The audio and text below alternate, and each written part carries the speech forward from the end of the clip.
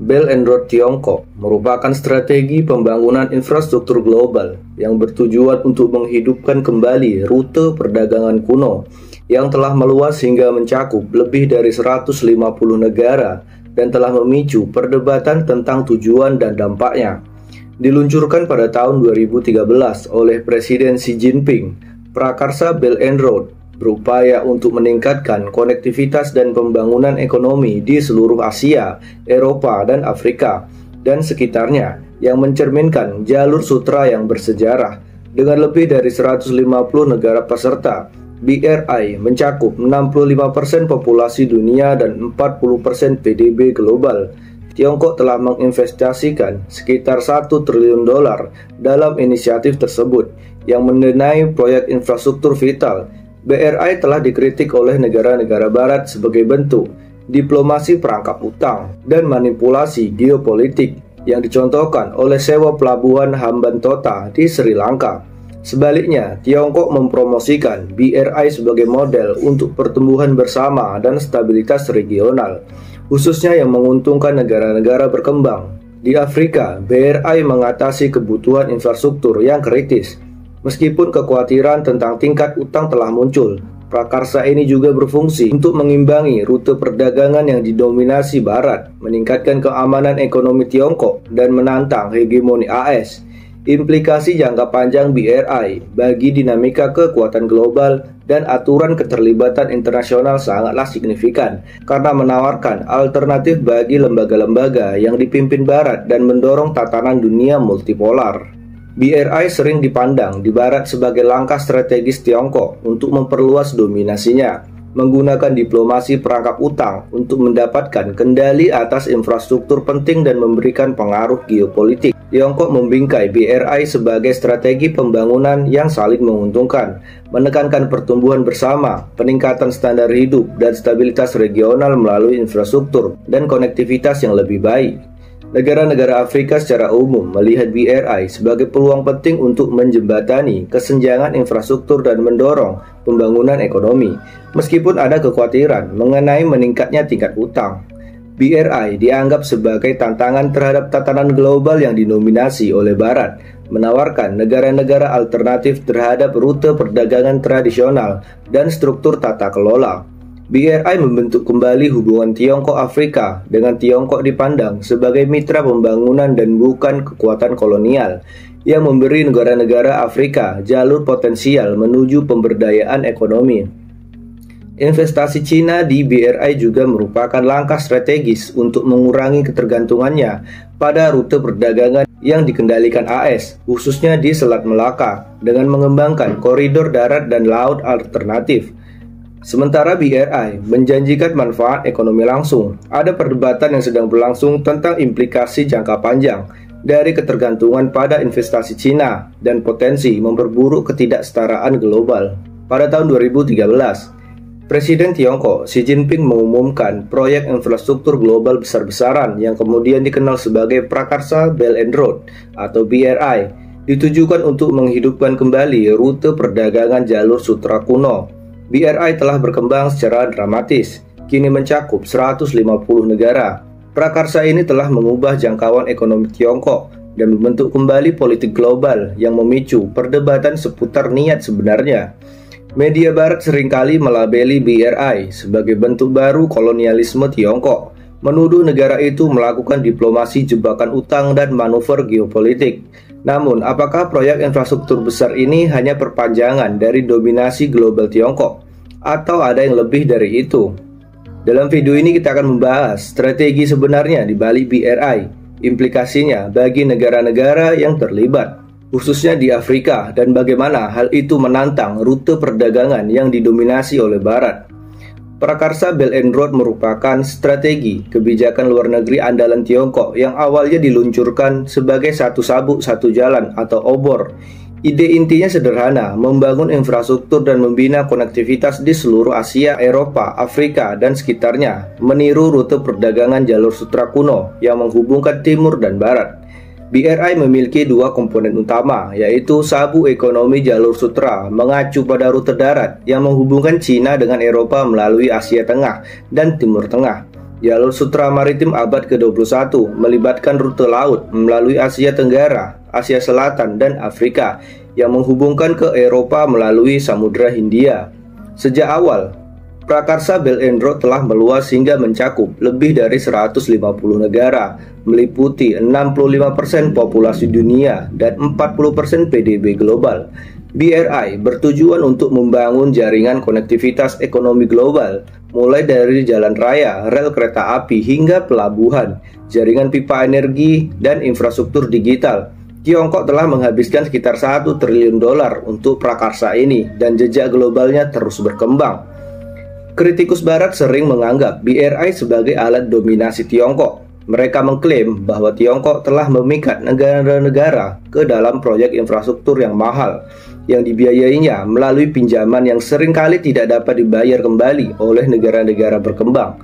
Akibatnya, negara-negara ini menjadi berutang kepada Tiongkok, yang memberi Beijing pengaruh untuk mendikte kebijakan dan menyita aset-aset strategis, sebuah praktik yang oleh para kritikus disebut sebagai diplomasi perangkap utang. Contoh menonjol yang sering dikutip adalah Pelabuhan Hambantota di Sri Lanka, berjuang untuk membayar kembali pinjaman Tiongkok untuk proyek tersebut. Sri Lanka terpaksa menyewakan pelabuhan tersebut kepada perusahaan Tiongkok selama 99 tahun. Contoh-contoh seperti ini memicu kekhawatiran bahwa Tiongkok menggunakan BRI untuk menguasai infrastruktur penting di seluruh dunia, yang selanjutnya memperkuat pengaruh geopolitiknya.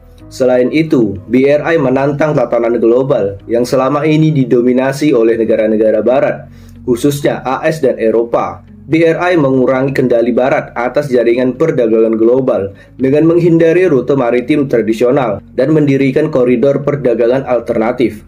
Bagi banyak orang, hal ini dipandang sebagai ancaman terhadap apa yang disebut tatanan dunia liberal dan cara bagi Tiongkok untuk memperluas lingkup pengaruh geopolitiknya.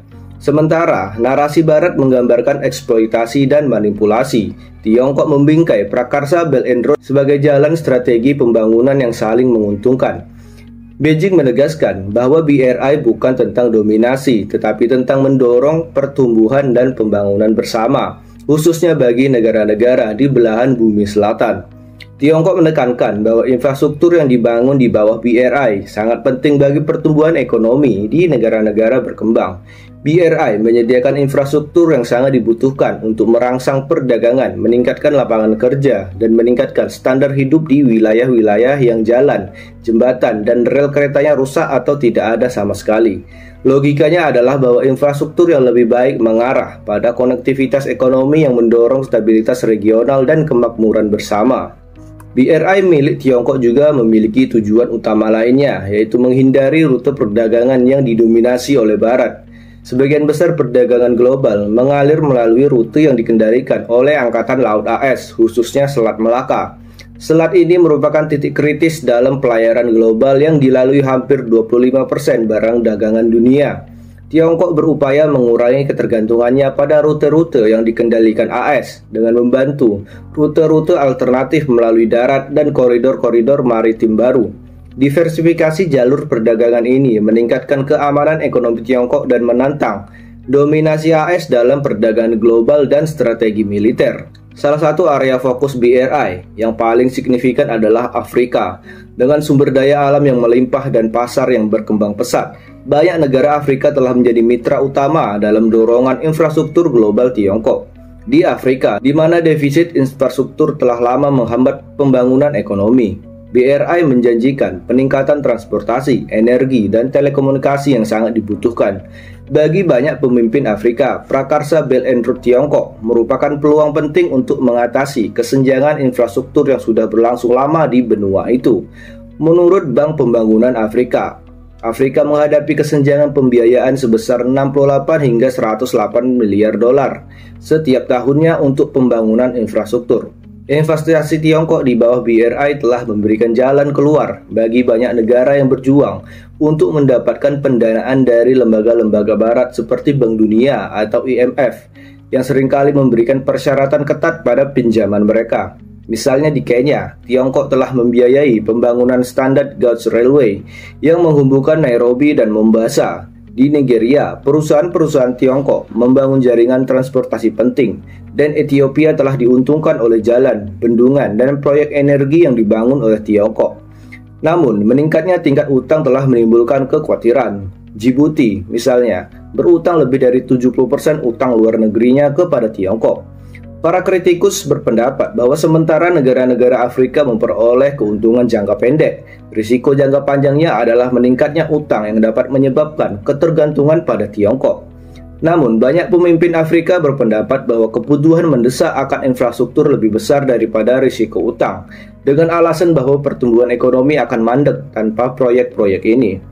Meskipun ada kekhawatiran ini, banyak negara Afrika memandang prakarsa Belt and Road sebagai peluang untuk menulis ulang hubungan ekonomi mereka dengan dunia. Secara historis terpinggirkan oleh kolonialisme Barat dan sistem perdagangan global. Negara-negara ini menginginkan kemitraan yang menjanjikan pemberdayaan ekonomi, bukan ketergantungan. Bagi banyak orang, kesediaan Tiongkok untuk membangun tanpa persyaratan politik ketat yang diberlakukan oleh pemberi pinjaman Barat merupakan perubahan yang menyegarkan. Sementara itu, Tiongkok memandang Afrika bukan hanya sebagai sumber daya alam, tetapi juga sebagai pasar bagi produk dan layanannya.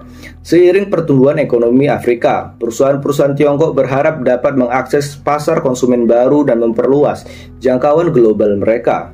Seiring meluasnya prakarsa Belt and Road, dampaknya akan jauh melampaui infrastruktur. BRI merupakan pergeseran dalam dinamika kekuatan global yang menantang dominasi Barat yang telah lama ada dalam tata kelola, perdagangan dan keuangan global, dengan menyediakan alternatif bagi negara-negara lain selain lembaga yang dipimpin Barat. Tiongkok sedang membentuk kembali aturan keterlibatan global.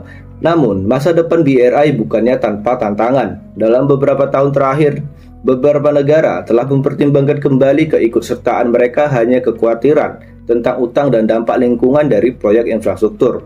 Malaysia misalnya menangguhkan sementara proyek BRI sebelum menegosiasikan kembali persyaratannya, dan negara-negara lain telah menyimbangkan hubungan mereka dengan Tiongkok dengan hubungan mereka dengan Barat. Namun, momentum keseluruhan di balik prakarsa Belt and Road tetap kuat. Di dunia di mana persaingan AS Tiongkok semakin menentukan hubungan internasional, BRI melambangkan visi Tiongkok untuk dunia multipolar, di mana Barat tidak lagi menjadi satu-satunya arsitek norma dan nilai global. Prakarsa Belt and Road mungkin merupakan proyek infrastruktur paling ambisius dalam sejarah modern. Ini merupakan kesempatan bagi Tiongkok untuk membentuk kembali lanskap ekonomi global, membangun hubungan yang lebih kuat dengan negara-negara berkembang, dan mengurangi ketergantungannya pada rute perdagangan yang dikendalikan oleh Barat bagi negara-negara yang terlibat, khususnya di Afrika. BRI merupakan peluang langka untuk mengatasi defisit infrastruktur dan mendorong pertumbuhan ekonomi.